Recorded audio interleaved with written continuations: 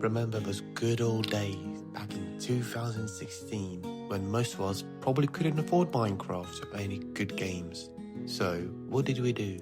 We were searching through the app markets in hopes of finding anything good for free. And eventually we did. It was a perfect game. It caught our eye and took all the time. This game was Pixel Gun 3D. So you may ask me now, Miron, how does this link to this video? This game was dead since 2021. Nobody plays it now. But remember, legends can't be forgotten. It's in your head and will stay there until end of your times, because that game was perfect. So today we're going to be looking at the peak and the fall of such a legendary game.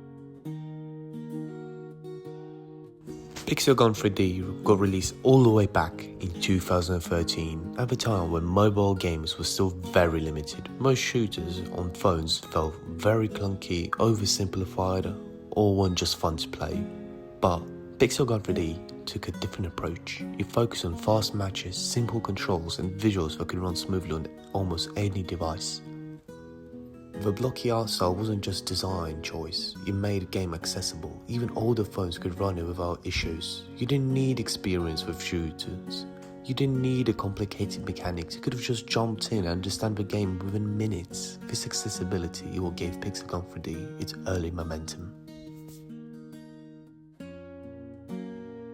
As more players tried it, the game started spreading naturally. Friends told friends, players showed it to each other at school, and YouTubers picked it up and showed it to the audience, caused a massive wildfire of popularity.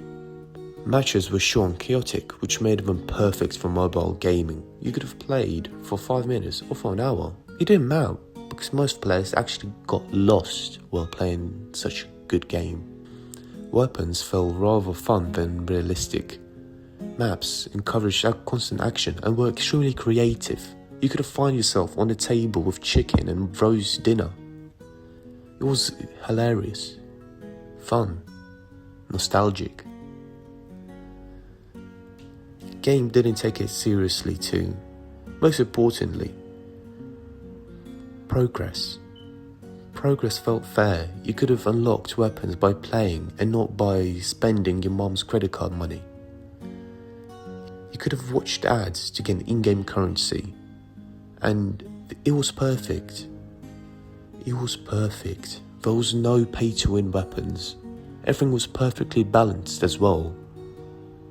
It was a golden era for such a game. This combination of accessibility, fairness, fun is what pushed Pixel Gun 3D into its peak in less than a few years. During its peak, Pixel Gun 3D had a very clear identity. It knew exactly what it was and what it needed to do to make the audience happy. Content creators uploaded regularly as well, and they gained millions of views. Updates felt exciting instead of overwhelming. It was like a breath of fresh air. Players logged in because they wanted to. They felt happy.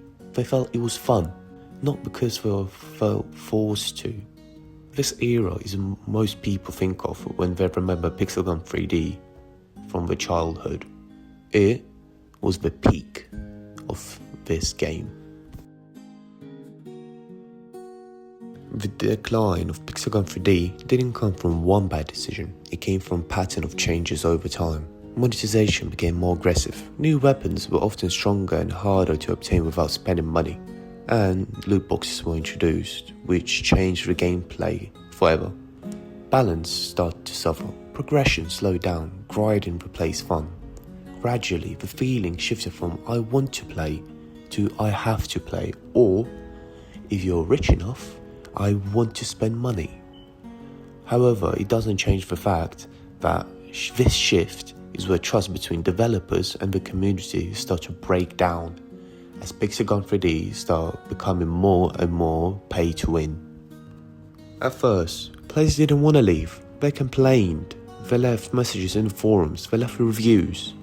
They left messages in the comment sections, and they repeated the same message. It doesn't feel like the same game anymore. That sentence might sound very simple, but extremely important. It means the core experience of those players had changed, and once that happened, players slowly start moving on from this game. At the same time, mobile shooters evolved. New games offered better balance, smoother gameplay and fairer progress system. Pixel 3D was no longer an option. And when players have better alternatives, nostalgia alone isn't enough to keep them. If players themselves growed up, they've actually found themselves in a position of having money. They could have afforded consoles, they could have afforded to have better games. They grown up. But Pixel 3D, it didn't. However, it didn't fail because it was a bad game. It faded because the people experiences changed faster than community could accept. And for many players, the version they miss exists only in their memories. Sadly, to these days, company owning Pixel 3D keep making it worse. They keep adding more advertisements, more pay-to-win weapons, and more monotonous and boring updates, which audience don't like. They want to see this game reviving from its depths and going back to the top charts. But now it is impossible. It's too late. So let's just remember this game in our hearts as the best games of our childhood between 2017 to 2021.